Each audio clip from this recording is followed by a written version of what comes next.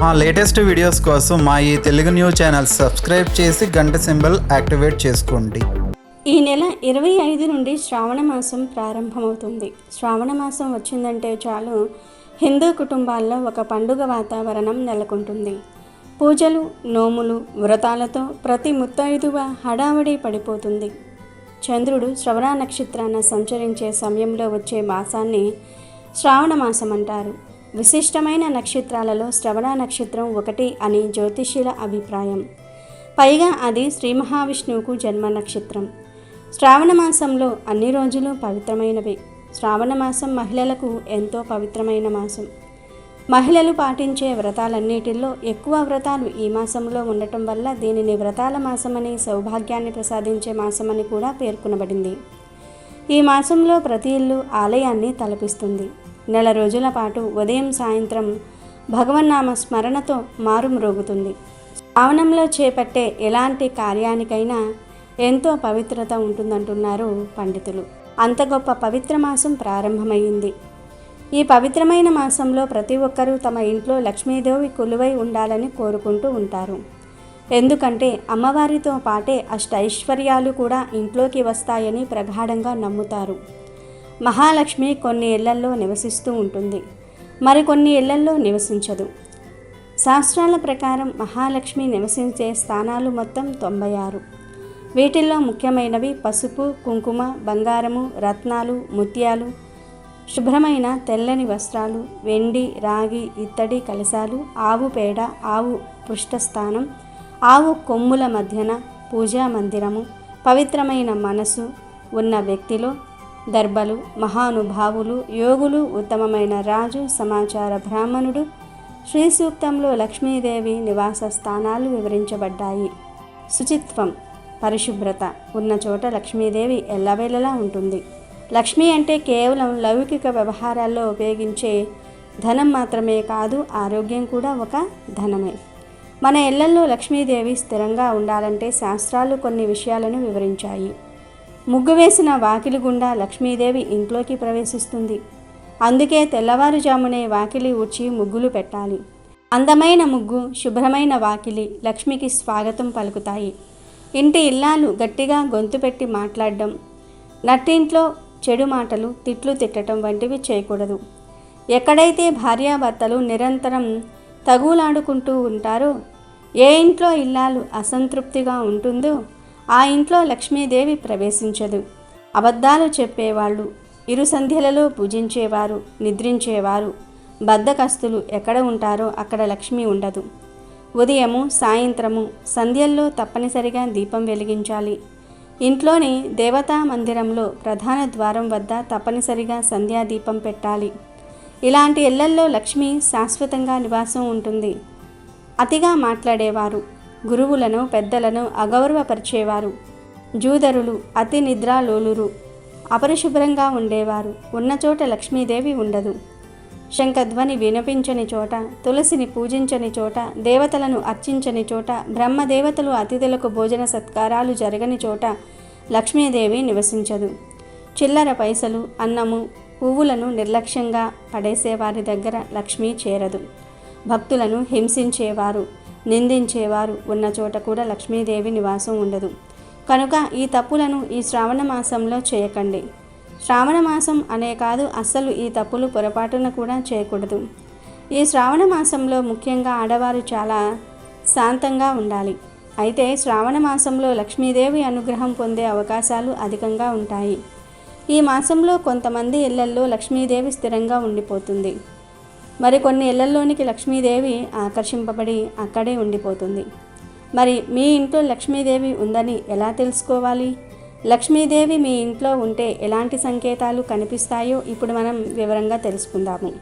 అంతకన్నా ముందు మా వీడియో నచ్చితే లైక్ చేసి షేర్ చేయండి. అలాగే మా ఛానల్ కూడా సబ్స్క్రైబ్ చేసుకొని మాకు సపోర్ట్ చేయండి. అలాగే ఓం లక్ష్మీదేవియే నమః అని కామెంట్ చేయండి. ఇక వీడియోలోకి వస్తే, ఈ శ్రావణ మాసంలో మీ ఇంటిలో ఈ సంకేతాలు గమనించటం ద్వారా అమ్మవారి కటాక్షాన్ని తెలుసుకోవచ్చు. ఈ శ్రావణ మాసంలో మీ ఇంట్లో సంధ్యా సమయంలో గజ్జల శబ్దం వినిపిస్తే అది లక్ష్మీదేవి మీ ఇంట్లో ఉందని స్పష్టమైన సంకేతం. దానితో పాటు సాంబ్రాణి వాసన కూడా వస్తూ ఉంటుంది. మీరు ఎలాంటి సాంబ్రాణి వెలిగించకపోయినా కూడా సాంబ్రాణి వాసన వస్తుంది. ఇలా సంధ్యా సమయంలో ఇంట్లో గజ్జల శబ్దం వినిపిస్తే మీ ఇంట్లో అమ్మవారు ఉన్నారని కన్ఫర్మ్ చేసుకోవచ్చు. ఇలాంటి గజ్జల శబ్దం మీ ఇంట్లో కూడా వినిపిస్తే లక్ష్మీదేవి మీ ఇంట్లోనే ఉందని అర్థం చేసుకోండి. గజ్జల శబ్దం వచ్చినప్పుడు పూజ గదిలో లక్ష్మీదేవి ఫోటోకు నమస్కారం చేసుకుంటే లక్ష్మి మీ ఇంట్లో స్థిరంగా ఉంటుంది, ధనం వస్తుంది. శ్రావణ మాసం పూజలకు భక్తికి ప్రాధాన్యత ఇచ్చే కాలం కాబట్టి ఈ సంకేతాలు మరింత బలంగా కనిపిస్తాయి. ఈ పవిత్ర శ్రావణ మాసంలో మీ ఇంటి గుమ్మం దగ్గరకు ఆవు వచ్చి అంబా అని అరిస్తే లక్ష్మీదేవి మీ ఇంట్లోనే ఉందని అర్థం చేసుకోవాలి. మీరు మేత పెట్టినా పెట్టకపోయినా ప్రతిరోజు మీ ఇంటి ముందుకు ఆవు వచ్చి నిలబడుతూ ఉందంటే లక్ష్మీదేవి మీ ఇంట్లో ఉంది కాబట్టే వచ్చి నిలబడుతుంది. ఇలా ప్రతిరోజు ఆవు మీ ఇంటి ముందుకు వచ్చి నిలబడుతుందంటే లక్ష్మీదేవి మీ ఇంట్లోనే ఉందని సంకేతం. అలా వచ్చిన ఆవుకు ఏదో ఒక ఆహారం పెడితే మరిన్ని శుభాలు కలుగుతాయి. శ్రావణ మాసంలో గోపూజ చేయటం అదృష్టాన్ని ఇస్తుంది కాబట్టి ఈ సంకేతం మరింత విశేషమైనది. శ్రావణ మాసంలో లక్ష్మీదేవి అనుగ్రహం కోసం చేసే పూజలు మరింత విశేషమైనవి. సాధారణంగా మనమందరం ఇంట్లో పూజలు చేసేటప్పుడు దేవుడి చిత్రపటాలకు విగ్రహాలకు పువ్వులు పెడుతూ ఉంటాం కదా. ఆ విధంగా మీరు భక్తి శ్రద్ధలతో పెట్టిన పువ్వు దానంతట అదే కింద పడితే అది మీ ఇంట్లో లక్ష్మీదేవి కొలువై ఉందని చెప్పే అత్యంత ముఖ్యమైన శుభ సూచకమైన సంకేతం. అమ్మవారి అనుగ్రహం మీకు లభించిందని, ఆమె పూజను స్వీకరించిందని దీని అర్థం. ఈ విధంగా పువ్వు పడటం అనేది కేవలం యాదృచ్ఛికంగా జరిగే సంఘటన కాదు, అది ఒక దైవ సంకేతం. లక్ష్మీదేవి మీ ఇంటిని ఆశీర్వదించిందని, త్వరలోనే మీకు శుభాలు ఐశ్వర్యము కలగబోతున్నాయని ఇది తెలియజేస్తుంది. ముఖ్యంగా శ్రావణ మాసంలో ఇలాంటి అనుభూతి కలిగితే అది మీ ప్రార్థనలు ఫలించాయని, అమ్మవారు మీ ఇంట్లో స్థిర నివాసం ఏర్పరచుకుందని అర్థం చేసుకోవాలి. ఈ సంకేతం కనిపించినప్పుడు ఆనందంతో అమ్మవారికి కృతజ్ఞతలు తెలుపుతూ నమస్కారం చేసుకోండి. ఇది మీ భక్తికి అమ్మవారు ఇచ్చిన ప్రత్యక్షమైన స్పందన. ఇక కొన్నిసార్లు మనతో వైరం పెట్టుకున్న పక్కింటి వారు, ఎదురింటి వారు ఉంటారు కదా. వారు ఒకేసారి మర్చిపోయి మీ ఇంటికి వచ్చి మీతో స్నేహ సంబంధాలు పెట్టుకుంటూ ఉంటారు. శ్రావణ మాసంలో సానుకూల వాతావరణం, దైవిక ప్రభావం వల్ల ఇలాంటి మార్పులు సంభవించవచ్చు. లక్ష్మీదేవి మీ ఇంట్లో ఉందంటే శత్రువులు కూడా మీ కాళ్ళ దగ్గరకు వచ్చి స్నేహితులుగా మారిపోతారు. లక్ష్మీదేవి మీ ఇంట్లో ఉందనడానికి ఇది కూడా ఒక సంకేతమే. అలాగే ఈ శ్రావణ మాసంలో ముత్తైదువులు ఎక్కువగా మీ ఇంటికి ఏదో ఒక పని మీద వస్తూ ఉన్నారంటే అది కూడా లక్ష్మీదేవి మీ ఇంట్లో ఉందనడానికి సంకేతమే. ముత్తైదువులు, అందులోనూ లక్ష్మి, గాయత్రి, భవాని, దుర్గా వంటి అమ్మవారి పేర్లు ఉన్న స్త్రీలు మీ ఇంటికి పదే పదే వస్తూ ఉంటే లక్ష్మీదేవి మీ ఇంట్లో ఆల్రెడీ ప్రవేశించి నివాసం ఉంటుందని అర్థం చేసుకోండి. శ్రావణంలో ముత్తైదువులకు పసుపు, కుంకుమ, తాంబూలం ఇవ్వటం శుభప్రదంగా భావిస్తారు. మీ ఇంట్లో లక్ష్మీదేవి ఉందనడానికి మరొక ముఖ్యమైన సంకేతం పిల్లల రాక. ఎవరైనా పిల్లలు, అది మీ పిల్లలు కావచ్చు, బంధువుల పిల్లలు కావచ్చు, లేదా పక్కింటి పిల్లలు కావచ్చు, మీ ఇంటిలోకి వచ్చి ఆనందంగా ఆడుకుంటూ తిరుగుతూ ఉంటే సాక్షాత్తు లక్ష్మీదేవి మీ ఇంట్లో అడుగుపెట్టిందని అర్థం. పిల్లలు దైవ సమానులు. శ్రావణ మాసంలో ఇంట్లో పిల్లల కేరింతలు, నవ్వులు లక్ష్మీదేవికి ఎంతో ప్రీతికరమైన వాతావరణాన్ని సృష్టిస్తాయి. వారి నవ్వులు, ఆటలు ఇంట్లో సానుకూల శక్తిని, ఆనందాన్ని నింపుతాయి. అలాంటి వాతావరణం లక్ష్మీదేవికి ఎంతో ప్రీతికరమైనది. లక్ష్మీదేవి మీ ఇంట్లో ఉంటే కనిపించే మరొక ప్రధాన సంకేతం మీ చుట్టూ ఉన్న ప్రకృతిలో సానుకూల మార్పులు. ఈ శ్రావణ మాసంలో మీ ఇంటి పరిసరాల్లోని వాతావరణం అందంగా, ప్రశాంతంగా కనిపిస్తుంది. మీరు పువ్వుల చెట్లు లేదా పండ్ల చెట్లు పెంచుకుంటే అవి విపరీతంగా పూస్తాయి, కాయలు కాస్తాయి. మీరు వాటికి తగినంత నీరు పోయకపోయినా లేదా ప్రత్యేక శ్రద్ధ తీసుకోకపోయినా అవి పచ్చగా, ఏపుగా పెరుగుతాయి. ఇది అదృష్టానికి, శ్రేయస్సుకు ప్రతీక. శ్రావణ మాసంలో పూజలకు పూలు, పండ్లు అధికంగా అవసరం కాబట్టి మీ ఇంటి మొక్కలు ఏపుగా పెరగటం అమ్మవారి అనుగ్రహానికి సూచన. లక్ష్మీదేవి ఇంట్లో అడుగుపెట్టిందా లేదా అని సులువుగా గుర్తించడానికి మీరు తులసి మొక్కను గమనించండి. తులసి మొక్క ద్వారా కూడా లక్ష్మీదేవి ఇంటిలో ఉందా లేదా అని తెలుసుకోవచ్చు. తులసి మొక్కను సాక్షాత్తు లక్ష్మీదేవి స్వరూపంగా భావిస్తారు. మీ ఇంట్లో తులసి మొక్క ఆరోగ్యంగా, పచ్చగా, ఏపుగా పెరుగుతూ సాధారణం కంటే ఎక్కువగా పూస్తూ ఉంటే అది లక్ష్మీదేవి మీ ఇంట్లో ఉందని సూచించే ముఖ్యమైన సంకేతం. తులసి మొక్క ఎప్పుడూ వాడకుండా తాజాగా సువాసనతో వికసించి ఉంటే లక్ష్మీదేవి మీ ఇంటిని ఆశీర్వదిస్తుందని అర్థం. శ్రావణ మాసంలో తులసి పూజకు విశేష ప్రాధాన్యత ఉంది కాబట్టి తులసి మొక్క కలకలలాడటం శుభ సూచకం. ఒకవేళ తులసి మొక్క వాడిపోయినా ఎండిపోయినా అది లక్ష్మీదేవి అనుగ్రహం తగ్గుతున్నట్లుగా భావిస్తారు. కాబట్టి మీ తులసి మొక్క స్థితిని బట్టి కూడా లక్ష్మీదేవి ఉనికిని మీరు సులభంగా తెలుసుకోవచ్చు. ఇంట్లో లక్ష్మీదేవి ఉంటే జరిగే మరొక సంఘటన ఏమిటంటే శ్రావణ మాసంలో మీ ఇంట్లోని మగవారికి కుడి కన్ను పదే పదే అదురుతూ ఉంటుంది. ఆడవారికి ఎడమ కన్ను పదే పదే అదురుతూ ఉంటుంది. సరైన సమయానికి నిద్రపోయి ఆరోగ్యంగా ఉన్నా కూడా కన్ను అదురుతుందంటే అది ఖచ్చితంగా లక్ష్మీదేవి మీ ఇంట్లో ఉంది అనడానికి సంకేతం అని గుర్తుంచుకోండి. ఈ సంకేతాలు మీ ఇంట్లో కనిపిస్తే లక్ష్మీదేవి మీ ఇంటిని అనుగ్రహించిందని అర్థం చేసుకోండి. ఈ శ్రావణ మాసంలో మీ ఇంట్లో త్వరలోనే ఎన్నో శుభాలు జరుగుతాయి, శుభకార్యాలు జరుగుతాయి, శుభవార్తలు వింటారు. కనుక మీ ఇంట్లో కూడా లక్ష్మీదేవి ఉందేమో ఈ శ్రావణ మాసంలో గమనించండి. ఈ సంకేతాలు కనిపిస్తాయేమో జాగ్రత్తగా గమనించండి. ఇవి లక్ష్మీదేవి ఆల్రెడీ మీ ఇంట్లో ఉందని తెలిపే సంకేతాలు.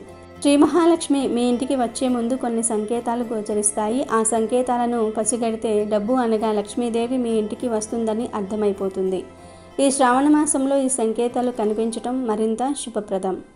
ఈ శ్రావణ మాసంలో కోయిల కూత వినబడడం శుభ సూచకం.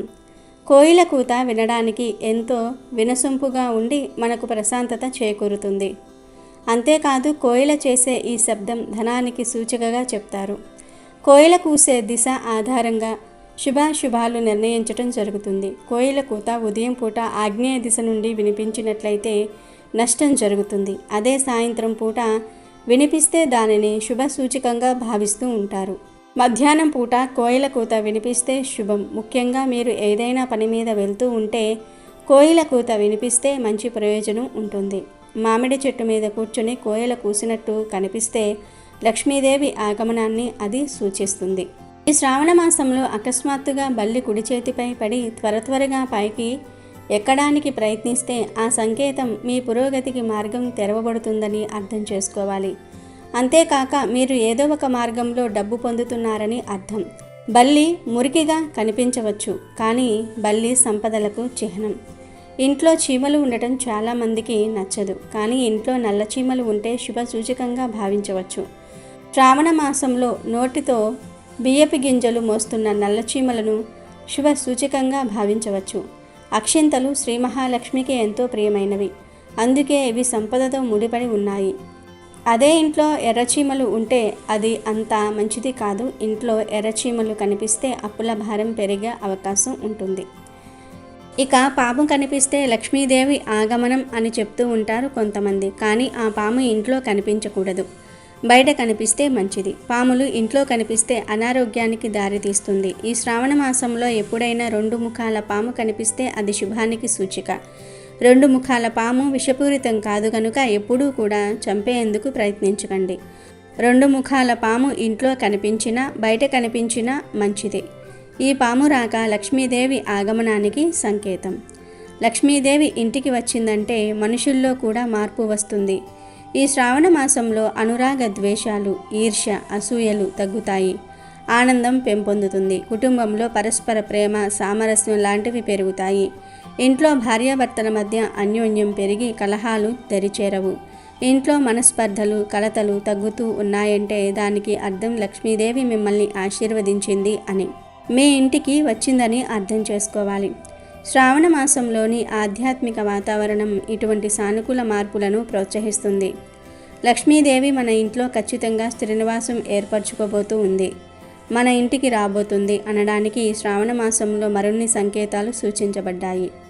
ఈ శ్రావణ మాసంలో గుడ్లగూబ మీ ఇంటి ముందు కనిపిస్తే మీ ఇంట్లోకి లక్ష్మీదేవి రాబోతూ ఉందని అర్థం. ఇది పూర్వం నుండి మన పెద్దలు చెప్తున్న మాటే.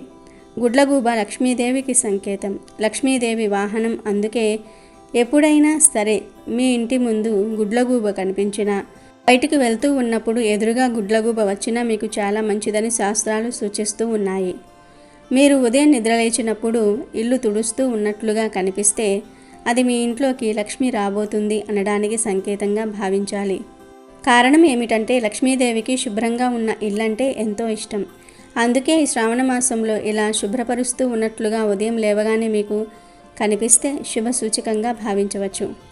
అలానే ఈ శ్రావణ మాసంలో ఉదయం లేవగానే శంఖం శబ్దం వినిపిస్తే వారికి లక్ష్మీ కటాక్షం తప్పక చేకూరుతుంది. చెరుకు అంటే లక్ష్మీదేవికి ఎంతో ఇష్టం కాబట్టి ఉదయం లేవగానే చెరుకు గడ కనిపిస్తే మీ ఇంట్లోకి త్వరలో లక్ష్మీదేవి అడుగు పెట్టబోతూ ఉందని అర్థం. కాబట్టి ఈ శ్రావణ మాసంలో ఈ సంకేతాలు మీరు గమనిస్తే త్వరలో మీ ఇంట్లోకి లక్ష్మీదేవి రాబోతూ ఉన్నదని అర్థం చేసుకోండి. వచ్చిన లక్ష్మిని ఇంట్లోనే నిలుపుకునే విధంగా జాగ్రత్తలు తీసుకోండి. శ్రావణ మాసం లక్ష్మీదేవిని ఆహ్వానించడానికి ఉత్తమ సమయం. అయితే ఎంతో పవిత్రమైన ఈ శ్రావణ మాసంలో ఇంట్లోని స్త్రీలు పొరపాటున కూడా కొన్ని పనులు చేయకూడదు. కాదని ఈ పనులు చేస్తే లక్ష్మీదేవి ఆగ్రహానికి గురి అవుతారని శాస్త్రాలే చెప్తూ ఉన్నాయి. తెలియక శ్రావణ మాసంలో ఈ తప్పులు చేస్తే లేనిపోని కష్టాలు వస్తాయి. లక్ష్మీ కటాక్షం తగ్గిపోతుంది, మీకు దరిద్రం పడుతుంది, చేతిలో చిల్లిగవ్వ కూడా మిగలదు, ఐశ్వర్యమంతా హరించుకుపోతుంది. కనుక శ్రావణ మాసంలో ఎవరూ ఈ తప్పు పనులు చేయకండి. మరి ఇంతకీ శ్రావణ మాసంలో ఏ పనులు చేయకూడదు అనే విషయాన్ని ఇప్పుడు మనం ఈ వీడియోలో వివరంగా తెలుసుకుందాము. ఫ్రెండ్స్, అంతకన్నా ముందైతే కామెంట్ బాక్స్లో ఓం శ్రీ ధనలక్ష్మియే నమః అని కామెంట్ చేయండి. అలాగే ఈ వీడియోకి ఒక లైక్ కొట్టి మాకు సపోర్ట్ చేయండి. అన్ని నెలల్లోకెల్లా కొన్ని మాసాలు చాలా పవిత్రమైనవి, శ్రేష్టమైనవి. అలాంటి మాసాలలో శ్రావణ మాసం ఎంతో విశిష్టమైనది. ఈ మాసం శుభకార్యాలకు పెట్టింది పేరు. పెళ్ళిళ్ళు, గృహప్రవేశాలు, పిల్లలకు పేర్లు పెట్టడము, కొత్త పనులు మొదలు పెట్టడము, అలాగే ఎన్నో వ్రతాలు, పూజలు అన్నీ ఈ నెలలోనే ఎక్కువగా జరుగుతూ ఉంటాయి. శ్రావణ మాసంలో ఏ మంచి పని మొదలుపెట్టినా అది అద్భుతమైన ఫలితాలను ఇస్తుందని మన పురాణాలు, శాస్త్రాలు చెప్తూ ఉన్నాయి. ప్రస్తుతం ఆషాఢ మాసం నడుస్తుంది. ఈ మాసంలో సాధారణంగా శుభకార్యాలు చెయ్యరు. కానీ శ్రావణ మాసం రాగానే ప్రతి ఒక్క శుభకార్యాన్ని ధైర్యంగా చేసుకోవచ్చు. శ్రావణ మాసం అంటే లక్ష్మీదేవికి ఎంతో ఇష్టం గనుక శ్రావణ మాసం వచ్చేలోపు ఇంటిని లక్ష్మీదేవి రాక కోసం సిద్ధం చేసుకోవాలి. లక్ష్మీదేవికి పరిశుభ్రమైన ఇల్లు అంటే చాలా ఇష్టం. ఏ ఇల్లైతే శుచిగా, శుభ్రంగా, ఎప్పుడూ కలకలలాడుతూ ఉంటుందో ఆ ఇంట్లోనే లక్ష్మీదేవి కొలువై ఉంటుందని నమ్మకం. కాబట్టి శ్రావణ మాసం ప్రారంభం కాకముందే అంటే జూలై 25 లోపు మీ ఇంటిని శుభ్రం చేసుకోండి. 24న అమావాస్య వచ్చింది కదా, ఆ రోజైనా ఇంటిని శుభ్రం చేసుకోవచ్చు. కానీ శ్రావణ మాసం స్టార్ట్ అయ్యాక మాత్రం ఇంటిని శుభ్రం చేయకూడదు. శ్రావణ మాసం వచ్చేలోపే క్లీన్ చేసుకోవాలి.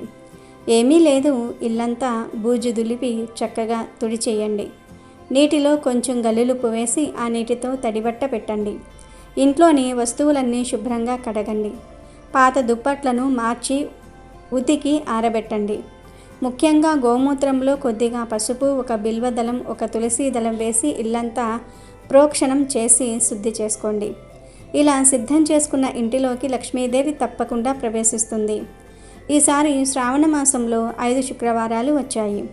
శ్రావణ మాసంలో వచ్చే ప్రతి శుక్రవారం నాడు స్త్రీలు తప్పకుండా లక్ష్మీదేవిని పూజించాలి. ఇలా చేస్తే దీర్ఘ సౌభాగ్యము, అష్టైశ్వర్యాలు, ఆయురారోగ్యాలు లభిస్తాయి.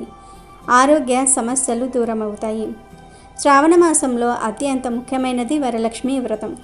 పౌర్ణమి ముందు వచ్చే శుక్రవారం నాడు ఈ వరలక్ష్మి వ్రతం చేసుకోవాలి.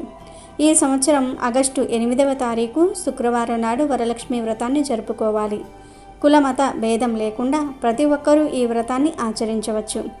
లక్ష్మీదేవి అనుగ్రహం అందరికీ కావాలి కదా. వరలక్ష్మి వ్రతం రోజు అమ్మవారిని శ్రద్ధగా పూజిస్తే దరిద్ర బాధలు ఉండవు. సంవత్సరం అంతా ఇల్లు సిరి సంపదలతో కలకలలాడుతూ ఉంటుంది.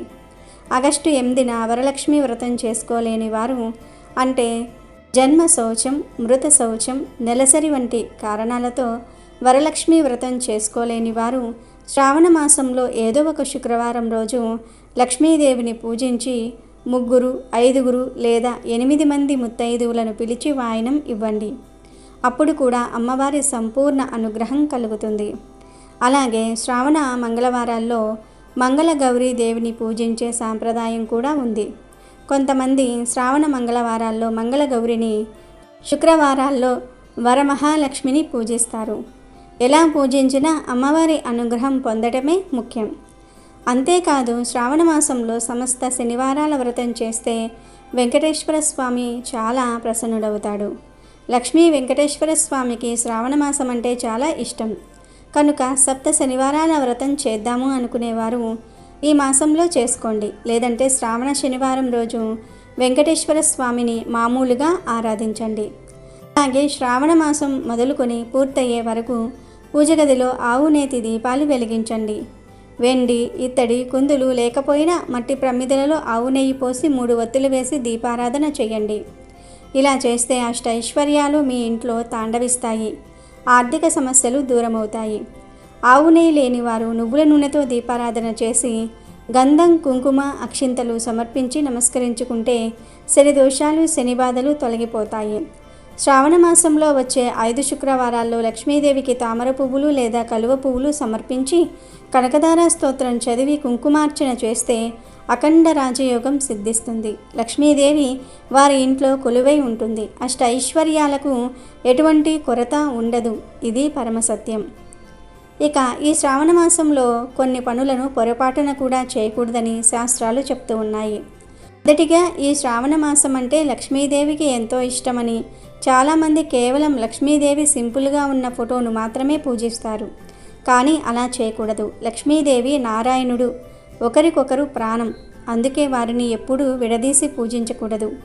నాకు లక్ష్మీదేవి మాత్రమే కావాలి, నారాయణుడు వద్దు అని మీరు భావిస్తే లక్ష్మీదేవి మీ ఇంట్లో ఉండదు. నాకు శ్రీమన్నారాయణుడు ఒక్కడే చాలు, లక్ష్మీదేవి వద్దు అంటే నారాయణుడు కూడా వెళ్ళిపోతాడు. కాబట్టి శ్రద్ధాభక్తులతో లక్ష్మీ నారాయణులు లేదా లక్ష్మీ వెంకటేశ్వర్లు కలిసి ఉన్న ఫోటోను పూజించండి. వారిద్దరి ఫోటోలు లేదా విగ్రహాలు లేకపోతే శ్రావణం వచ్చేలోపు తప్పకుండా తెచ్చుకోండి. అలాగే వ్రతాలు చేసేవారు శ్రావణ మాసం పూర్తయ్యే వరకు ఇంట్లో ఎట్టి పరిస్థితుల్లోనూ కూడా మాంసాహారం వండకూడదు. సాత్విక ఆహారాన్ని మాత్రమే తినాలి. కనుక వీలైనంత వరకు నాన్ వెజ్ తినవద్దు. ఒకవేళ మీ ఇంట్లో వారు అంటే భర్త, పిల్లలు మాంసాహారం లేకుండా ఉండలేకపోతే మీరు వారికి వండి పెట్టండి. కానీ మీరు మాత్రం భుజించకండి. స్త్రీలు సాధ్యమైనంత వరకు ఈ నెలలో మాంసాహారాన్ని మానేయటం మంచిది. లేదు మేము నాన్ వెజ్ తినకుండా ఉండలేము అనుకునే స్త్రీలు కనీసం మీరు పూజలు చేసే రోజుల్లో, అలాగే శ్రావణ శుక్రవారాల్లో, శ్రావణ మంగళవారాల్లో, శ్రావణ సోమవారాల్లో, శ్రావణ ఆదివారాల్లో నాన్ వెజ్ తినకుండా ఉండండి. అంతేకాదు ఈ శ్రావణ మాసం నెల రోజుల పాటు ఒక కాయగూరను కూడా తినకూడదు అని శాస్త్రాల్లో ఉంది. మరి ఆ కూరగాయ ఏమిటి అంటే పొట్లకాయ. అవును, ఈ శ్రావణ మాసంలో అస్సలు పొట్లకాయను తినకూడదు. కాదని తింటే నాగదోషాలు కలుగుతాయి, అనారోగ్య సమస్యలు వస్తాయి, లేనిపోని కష్టాలు వస్తాయి, దరిద్రం చుట్టుకుంటుంది. అలాగే శ్రావణ మాసంలో ప్రతిరోజు సూర్యోదయం కంటే ముందే నిద్రలేచి ఇల్లు వాకిలి చక్కగా శుభ్రం చేసి ఇంటి ముందు కల్లాపి చల్లి ముగ్గులు పెట్టండి. ప్రతిరోజు తులసి కోటలో దీపం వెలిగించి తులసి మాతను పూజించండి. తులసి చెట్టులో ముక్కోటి దేవతలు కొలువై ఉంటారు. శ్రీమన్నారాయణుడికి తులసి మాత అంటే చాలా ప్రీతి. కనుక శ్రావణ మాసంలో తులసి పూజ చేస్తే తులసమ్మ అనుగ్రహం కలుగుతుంది. శ్రావణ మాసం వ్రతాలు ఎక్కువగా చేసుకునే మాసం. ఈ మాసంలో చాలామంది స్త్రీలు వ్రతాలు చేస్తారు. తాంబూలం తీసుకోవడానికి చాలామందిని ఇంటికి పిలుస్తారు. అలా పిలిచినప్పుడు నెలసరిలో ఉన్న స్త్రీలు మాత్రం తాంబూలం తీసుకోవడానికి వెళ్ళవద్దు. అది అస్సలు మంచిది కాదు, దోషాలు కలుగుతాయి. సీతాఫలం, దానిమ్మ పండు ఈ రెండూ కూడా లక్ష్మీదేవి నివాస స్థానాలు అని పురాణాలలో చెప్పారు. అందుకే శ్రావణ మాసంలో దానిమ్మ గింజలు లక్ష్మీదేవికి సమర్పించి ప్రసాదంగా స్వీకరించండి. లేదా సీతాఫలం అమ్మవారికి సమర్పించినా కూడా లక్ష్మీ కటాక్షం సులభంగా సిద్ధిస్తుంది. అలాగే శ్రావణ మాసంలో లక్ష్మీ స్వరూపాలైన స్త్రీలు నుదుటిన బొట్టు లేకుండా ఉండకూడదు. ఇక లక్ష్మీ ప్రీతికరమైన ఈ మాసంలో సాయంకాలం దీపాలు పెట్టిన తర్వాత పాలు, పెరుగు, వెన్న ఇలాంటివి ఎవరికీ చేతితో ఇవ్వకూడదు. ఇలా ఇస్తే లక్ష్మి వెళ్ళిపోతుంది. ముఖ్యంగా మగవారు ఎంతో పవిత్రమైన శ్రావణ మాసంలో మద్యం విడిచిపెట్టాలి. స్త్రీలు ఈ నెల రోజుల పాటు ఇంటిని పరిశుభ్రంగా ఉంచుకోవాలి. ఎందుకంటే ఈ నెలలో వర్షాలు ఎక్కువగా పడుతూ ఉంటాయి, అనారోగ్య సమస్యలు ఎక్కువగా వస్తాయి. గనుక ఇంటిని అపరిశుభ్రంగా ఉంచుకోకూడదు. కనీసం వారానికి ఒక్కసారి అయినా సరే ఇంట్లో ధూపం వేయాలి. ఈ మాసంలో చెడు మాటలు మాట్లాడకుండా, చెడు పనులు చేయకుండా ఉంటే లక్ష్మీదేవి దీవిస్తుంది. అలాగే ఈ శ్రావణ మాసంలో స్త్రీలు కంటతడి పెట్టకూడదు. అంతేకాదు శ్రావణ మాసంలో పొరపాటున కూడా లక్ష్మీదేవికి ఇష్టం లేని పూలతో అంటే ఉమ్మెత్త పూలతో, బంతి పూలతో, వాసన లేని పూలతో అమ్మవారికి పూజ చేయకూడదు. అదేవిధంగా శ్రావణ మాసంలో నిద్రపోయేటప్పుడు తడి కాళ్ళతో నిద్రించకూడదు. భోజనం చేసేటప్పుడు తడి వస్త్రాలతో భోజనం చేయకూడదు. మంచం మీద కూర్చొని భోజనం చేయకూడదు. అలాగే ఈ మాసంలో ఇంట్లో పళ్ళు కుళ్ళిపోకుండా చూసుకోండి. ఎవరి ఇంట్లో అయినా సరే పళ్ళు కుళ్ళిపోతే ఆ ఇంటిపై లక్ష్మీ అనుగ్రహం తగ్గిపోతుంది, ఆ ఇంటికి మంచిది కాదు. కనుక ఈ మాసంలో మీ ఇంట్లో ఫ్రూట్స్ కుళ్ళకుండా చూసుకోండి. అలాగే చాలామంది ఇళ్లల్లో రాత్రిపూట షింక్లో గిన్నెలు వదిలేసి ఉదయం పూట వాటిని కడుగుతూ ఉంటారు. కానీ శ్రావణ మాసంలో మాత్రం మీ ఇంట్లో ఉన్న అంటే ఇంట్లో అన్నం తిన్న గిన్నెలను రాత్రిపూట షింక్లో ఉంచకూడదు. అలా ఉంచితే లక్ష్మీదేవికి కోపం వస్తుంది. కనుక ఎప్పటి అంట్లు అప్పుడు కడిగేసుకోవాలి. శ్రావణ మాసంలో గుమ్మంపై నిల్చోవటము, గుమ్మంపై కూర్చొని తలదువ్వటము, గుమ్మంపై కూర్చొని పూలు మాల కట్టుకోవటము, గుమ్మంపై కూర్చొని అన్నం తినటము, ఏడవటం వంటి పనులు చేయకూడదు. ఇలాంటి పనులు లక్ష్మీదేవిని ఇంట్లోకి రాకుండా ఆపేస్తాయి, దరిద్రాన్ని తెస్తాయి. కనుక ఎప్పుడూ కూడా గుమ్మం దగ్గర ఈ తప్పు పనులు చేయకూడదు. ఇవే శ్రావణ మాసంలో చేయకూడని పొరపాట్లు. తెలుసుకున్నారు కదా. మీరు కూడా ఈ పొరపాట్లు చేయకుండా జాగ్రత్తగా ఉండండి, లేదంటే లక్ష్మీ కటాక్షం తగ్గిపోతుంది. మీరు చేసే పూజలకు కూడా పూర్తి ఫలితం రాదు. కాబట్టి ఈ పనులు చేయొద్దు. వీడియో నచ్చితే లైక్ చేయండి, షేర్ చేయండి, బట్ సబ్స్క్రైబ్ చేసుకోవడం మర్చిపోవద్దు.